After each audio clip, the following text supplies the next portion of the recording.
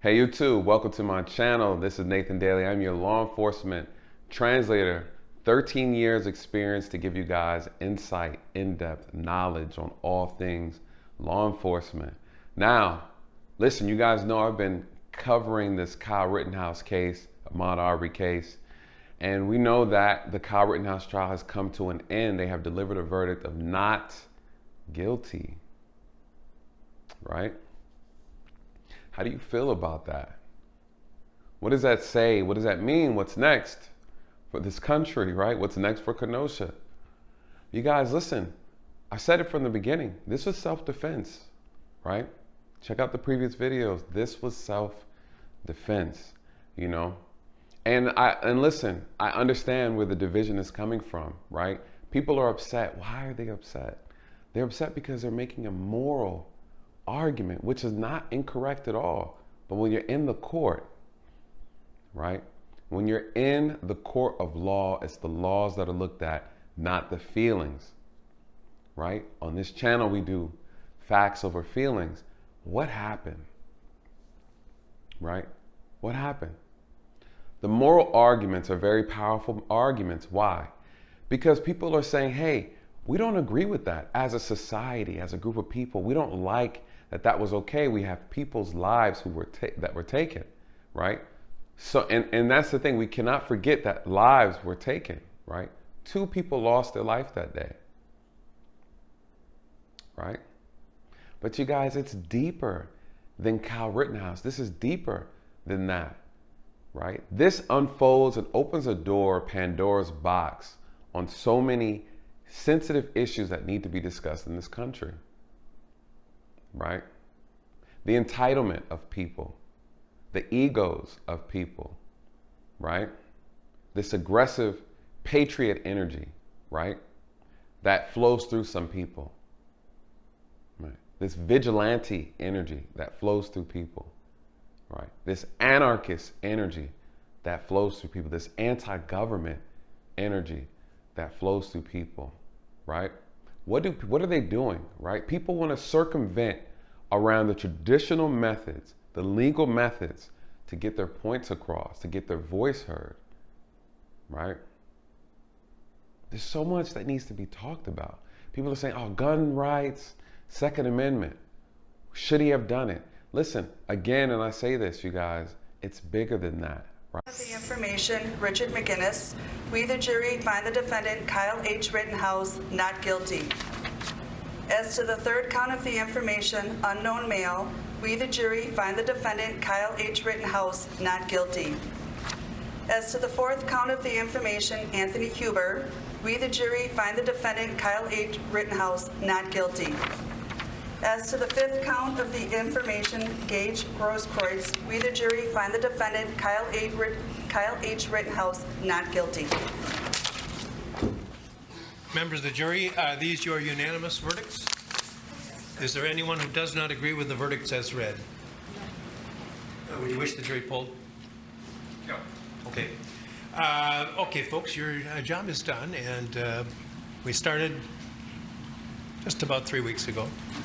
And I told you it could last 2 weeks and 2 days. This is 2 weeks. This is 3 weeks. You were a wonderful jury to work with. You were punctual. You were attentive. And when the juror began to speak on the charges, you can see it in Kyle, right? You see his expression. You see his chest, right? You see the anxiety in his face. You see the unknown. You see the fear. Right? What's the reality? The reality is that we have people who have made bad choices all across the board, right? Bad choices, bad decisions, immature actions. That doesn't mean, though, that self-defense cannot exist in a place where people have made bad choices. And I think that's the difference. Right? People say, hey, it was just DUI. No one should die from DUI. Hey, hold on. No one should die because they're just trying to get away from the police, right? No one should have to die because, of course, no one should have to die. Death is tragic. And it shouldn't be taken lightly, right? But it's deeper, you guys. It's deeper. One thing that I notice from people who are always making moral arguments and never taking the time to make arguments that are rooted in law, right? Rooted in structure, rooted in what we are all governed by, right? They want to see the law and they want to see life through their feelings.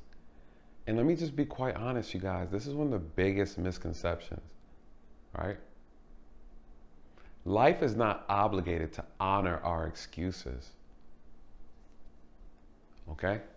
Life is not obligated to honor our excuses. Yeah, I hear your reasonings. I hear your reasons. But life looks at that as excuses, right? A lot of people made mistakes that night in Kenosha, right? And it caused and led to the death, the injuries of people. This is not about right or wrong. This is about choices, right? Now what? You know, often I look at this thing where people look at me and they say, hey, you're black. How do you agree with what Cal did, right? No. It's not about that. It's about what does the law say, right? What does the law say about that? This isn't about, I guess, victim shaming, as some people like to put it. Because it's no different than saying, hey, she drank too much, it's her fault, right? Hey, no. Look what she's wearing. It's her fault. What? That makes it okay.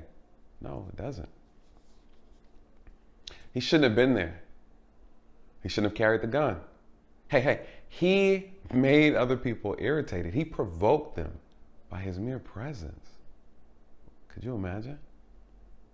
She provoked him because her breasts were out. She provoked him because of the type of dress she was wearing.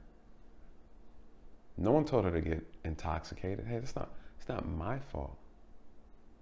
You see what I'm saying? You have to be careful with that. Right? You got to be careful with that. It's this double standard that we see sometimes, right? My body, my choice. Hold. Don't stick me with that, right? Do I get to choose? Come on, you guys. You're not ready for this conversation, right? You're not ready for this conversation. So when I say these things, listen. People want to put me in this monolith, right? Because I'm black, I'm not supposed to defend someone who doesn't look like me. I can't say when something is wrong and something is right. You guys, it was self-defense. It was self-defense. And kudos to prosecutors because they fought a losing fight, but they fought nonetheless, right? What's going on? The reality that a person can't look at something objectively, right? And are my thoughts supposed to belong to a certain group because of my skin color? How does that sound? Right? How does this become divisive? Right? What is it that makes this divisive? What ends up happening is people try to group you based on just cut and dry, right? Hey, if you think this was self-defense, you're a Trump supporter, right? You're a overzealous, addictive patriot. No, you're not. You might not even, morally, you don't agree with it, but you understand the law, right? Some people agree with it morally, like, you don't chase people, you don't touch a person. Keep your hands to yourself, right? We're all different, you guys. And because one person thinks one way doesn't mean they're part of any type of affiliation, right? Stop trying to divide people into colors. Divide us by our thoughts. Divide us by our characteristics. Divide us by our behavior, okay? So what is your thought on this, you guys? I'm curious to know what you think.